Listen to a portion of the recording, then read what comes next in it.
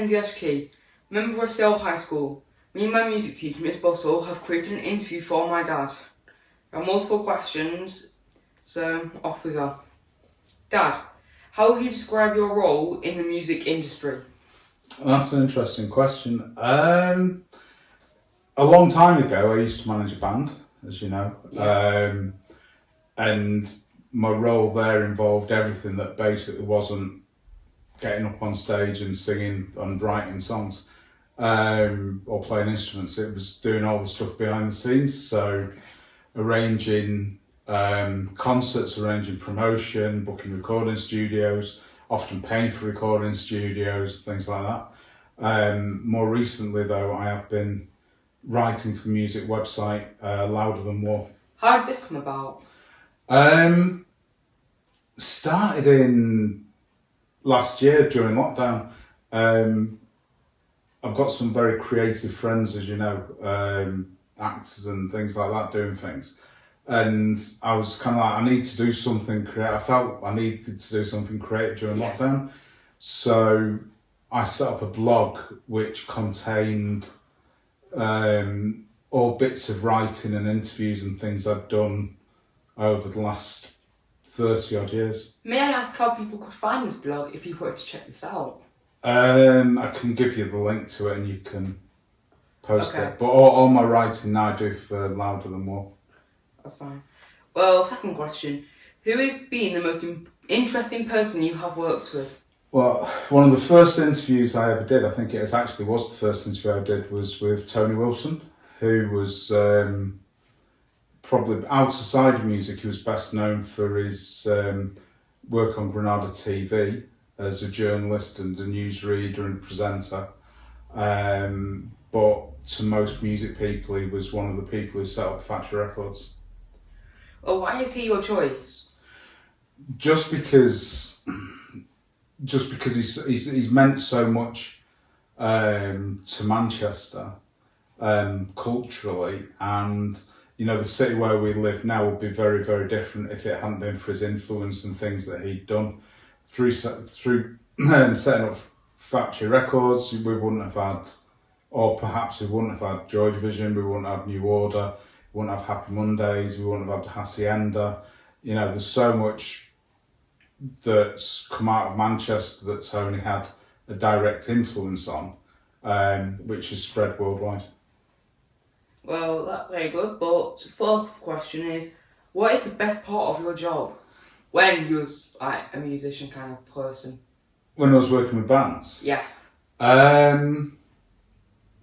It was very, very stressful. Which way, may I ask? Just if you've got 4 people in a band, and you're going to do a gig, for example, you need to make sure that all those 4 people are in the place they need to be at that time to go to the concert, and then hopefully in the right state to actually do the concert when they get there. So the best part tended to be actually being able to stand watching the concert happen, because then you know that you've done your job right. That's very good. What is the least interesting but important part of what you did?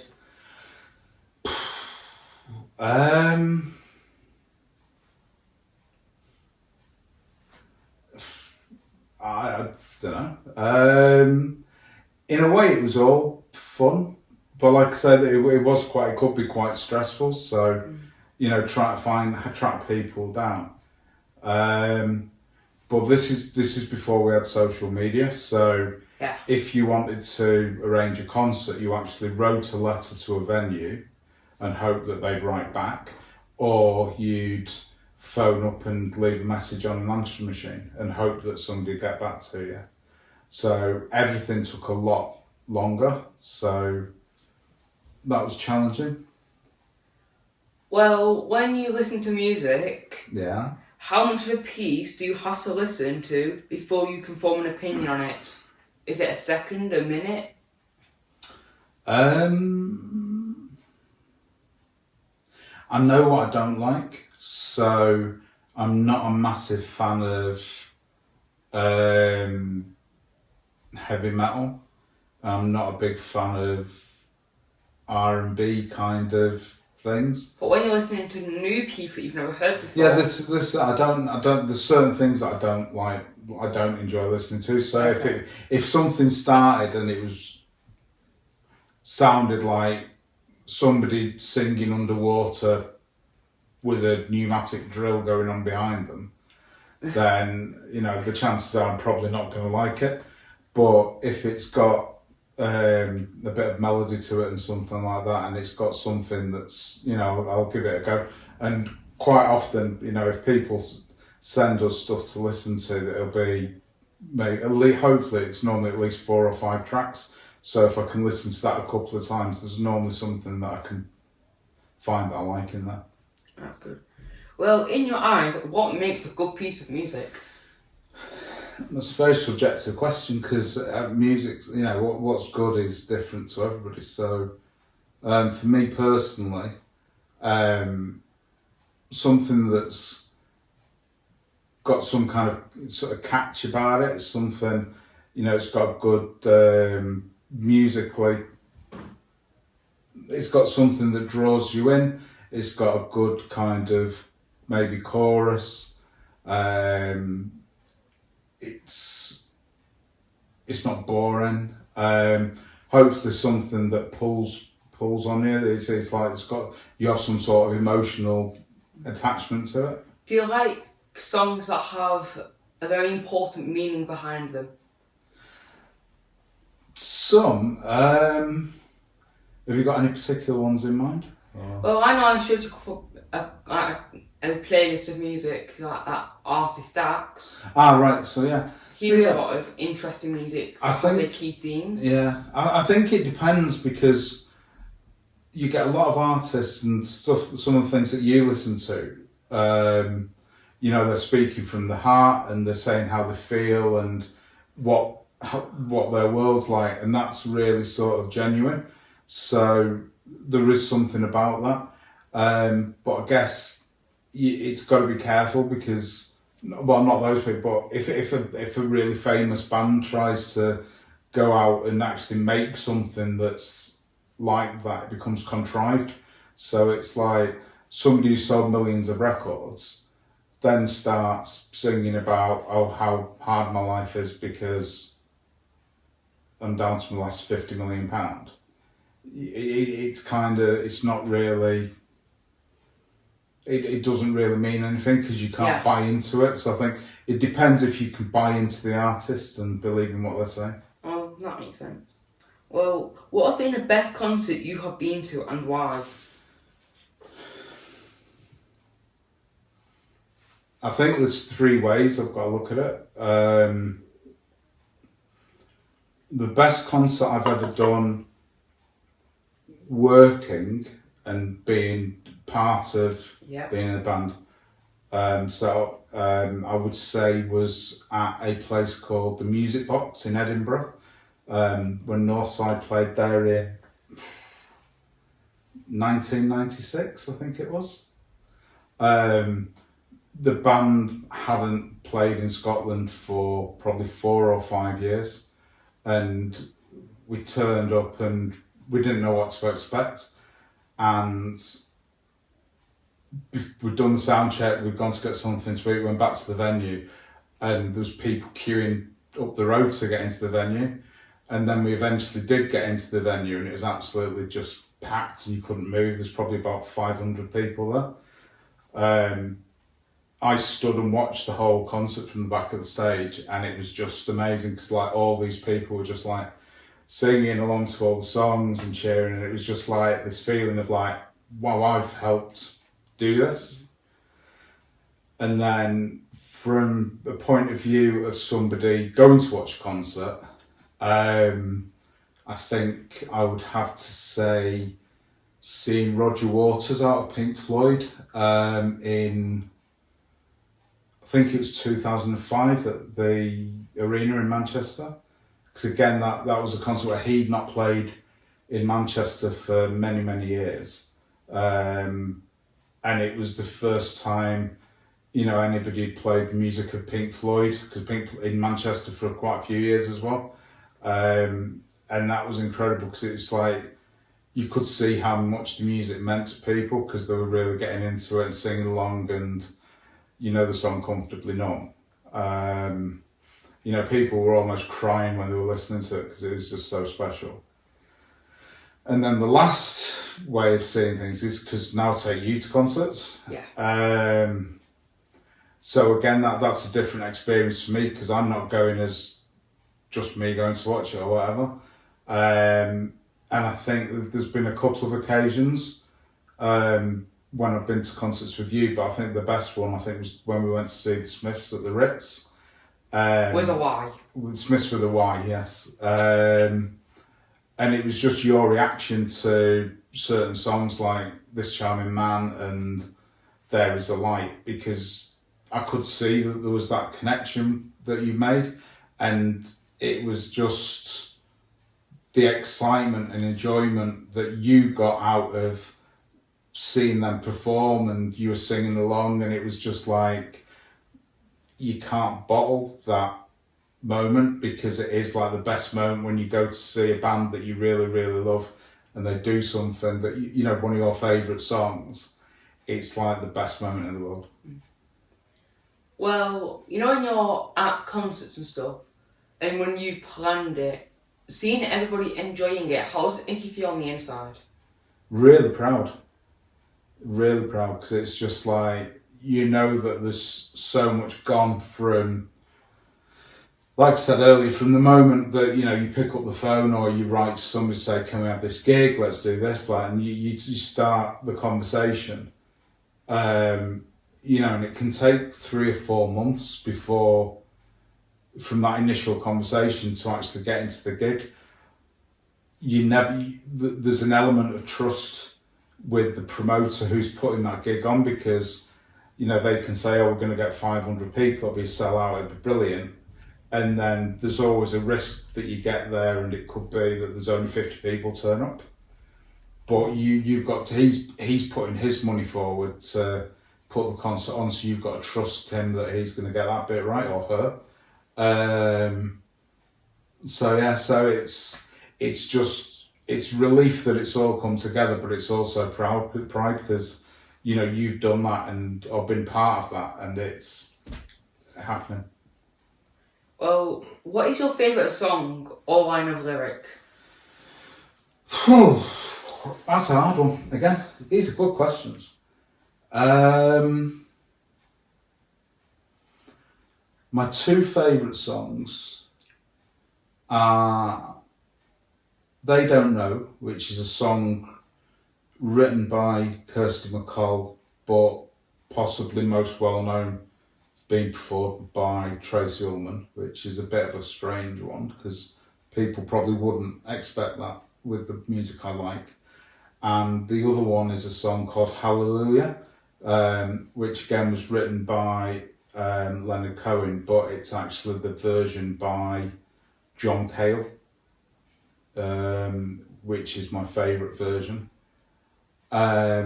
Regarding lines from songs or lyrics, one of them is from a Clash song called Death or Glory, but it's got swearing in it, so I'm not going to repeat what that line is, but Please don't. I'm sure that if people really wanted to look for it, they could do.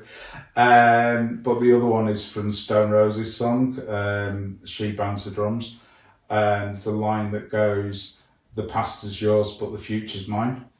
And I think that's a brilliant kind of mantra and attitude to have, that, you know, fair enough, what's happened before has happened before, but, you know, it's what I'm going to do is moving forward. Well, favourite concert location? What would be your favourite? I'm not a big, although I have obviously been to them, I don't particularly like outdoor concerts, and I don't like concerts in arenas, just because you lose the intimacy of being with the band. Okay. Obviously, you know, we went to see Madness at the arena, which was brilliant. Yeah, it was. But you do end up spending part of your time watching the video screens, because on the actual stage they look about that big. So I do like, there was a brilliant venue in Manchester many years ago called the Roadhouse, which probably only held maybe 350 people. But you went downstairs to it. There was no windows.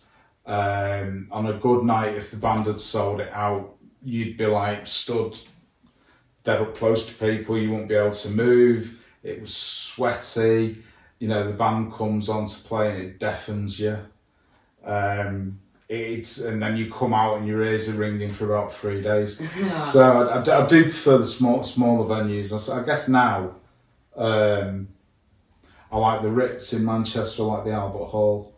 The university venues are pretty good as well. Well, in your opinion, what is the biggest change you've seen in music in the last 20 years? For a good or bad reason? For a good or bad reason. I think, to be honest with you, it's kind of good and bad. It's the internet, because it's made music a lot more accessible to people anywhere. So, you know, you can do a track, and if somebody logs onto YouTube, they can see it within 2 minutes that in Australia or something like that. So I think the internet as a platform and as a base is a really good thing. Social media's been brilliant.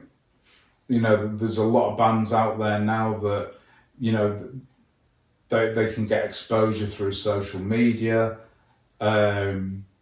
New bands can, existing bands, you know, bands that, you know, I like The Wedding Present. You can engage directly with the band that, you know, you've followed for 30 odd years. So that's really good as well. You know, people can go and make their own music, compress their own CDs. There's things like Bandcamp where, you know, they can set up and they can sell music to fans. They can sort out the downloads and streaming and everything and things like that. You've got SoundCloud, you know. But then you've got things like Spotify and Apple Music, which are good because it opens up music to everybody. Yeah. But at the same time, you know, the bands and musicians that are putting their music on there don't get massive royalties from it. So it's, you know, that needs to be sorted out. That's a bad thing because it is like exploiting musicians in a way. But it's a double-edged sword because it's exploiting musicians because they don't get paid massive royalties, but then at the same time, it's giving them an outlet to have their music heard. Or going back to your like working with musicians and stuff. Yeah. If you had to do it all again, what would you have done differently?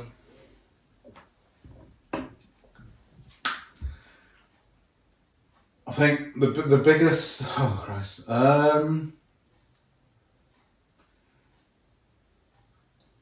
In 1997, the house that I was living in at the time burnt down. And at the time I was working with bands and I'd just done some production work with the BBC Philharmonic Orchestra down doing big outdoor prom concerts in London and in the southeast. And not long after that, the house I lived in burnt down, and a lot of the things that I'd built up over the years, over the previous years, got lost in a fire. And at the time, I was like, "Oh well, I'll start again," and I didn't. I took that as a sign of like, well, maybe, you know, I've had a good time. I've done what I've wanted to do, and then I'll go and get a proper job. And to be honest with you, you know, in hindsight, I should have gone back to that. I should have stuck to it, but instead I went and got a job in a completely different industry, and I've done that ever since as well. So, what advice would you give to young musicians? To young musicians, I would say just be open when you're listening to music. Like I say, you've got Spotify, you've got Apple Music, you know, you've got everything available to you. So, you know, listen to everything. If you don't like it, then, you know, there's always something else that's coming up. if you want to be a writer, then just write. It doesn't matter if if you're, whether it's poetry or you're writing lyrics to a song, just write. Something will happen. If you can play an instrument, then that's great. Just keep practicing. If you can't, then and you want to learn one, then go and learn one again. If you find something you like, then it's great. You'll find like-minded people in school or outside of school. Just play, just write, and just listen. Well, but importantly, never sign a contract until it's been looked over properly, because you get a lot of dodgy people out there as well. So you'll get people on, like, I saw it a few weeks ago on Instagram where there was an interview I'd done with a band, and within 2 minutes of them posting this interview on their website, they had like 5 people tag them into it going, click here to get 1,000 instant followers, promote your thing. And then it's like, there's a lot of, again, it's like, for all the good things on the internet, there are dodgy things. So, never, if something looks like it's too good to be true, then it probably is. So, yeah. And, don't, if somebody comes up to you and says, give us 500 quid and I'll get you like on all the radio stations and everything, just be very wary about it. Don't give your money to people. Don't sign a contract where you're going to be giving away potentially money that you'll be making. What do you think will happen in the music industry moving forward?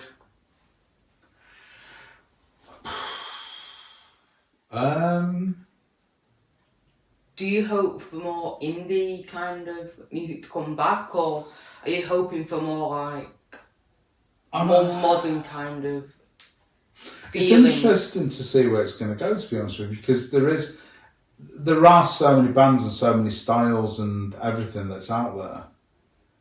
I don't necessarily think it's about the style of music.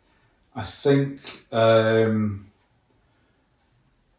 needs to be changes in, some people. I think certainly in some people's attitudes. So I think there's a perception that music is a very male-orientated industry or business. So it's, there's a lot of female-fronted bands that don't necessarily get a fair shout because promoters think, oh well, it's the male bands that are gonna pull people in, and it's male musicians and it's male fans that go to watch gigs. But there's a lot of female fronted bands out there which are very capable. I don't think necessarily get the exposure that they should get. I also think that people, there's going to be, I think that's the main one. I think people get, there's also a very heterosexual view of music and like things like that. And I think that's going to change. The LGBT thing. I think people have got to be more open to that as well. Yeah. Well, that's it for Miss Bostall's questions, but I have my own question for you. All right. I'm worried now. Oh, don't be worried. I'm only a kid. Anyway, looking at bands that are not very well known, who would you say has a very good chance of rising up and becoming very world famous one day?